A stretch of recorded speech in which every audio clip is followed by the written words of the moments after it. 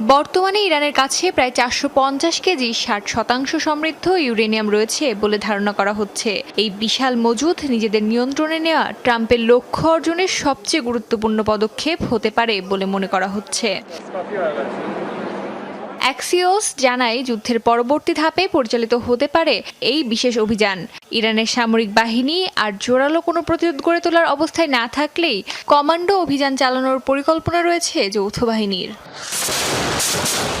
গত বছরের জুনে ইরানে পারমাণবিক স্থাপনা ও অবকাঠামোতে একযোগে হামলা চালিয়েছিল যুক্তরাষ্ট্র ও ইসরায়েল। সেই হামলার পর দেশটির ইউরেনিয়াম মজুদের বর্তমান অবস্থা ঠিক কী তা এখনও স্পষ্ট নয়। এদিকে আন্তর্জাতিক পারমাণবিক শক্তি সংস্থা জানিয়েছে বোমা হামলার শিকার হওয়া এলাকাগুলোতে তাদের পরিদর্শকদের প্রবেশের অনুমতি দেয়নি ইরান। তবে ইরানে পারমাণবিক অস্ত্র তৈরির কোনো সমন্বিত কর্মসূচির প্রমাণ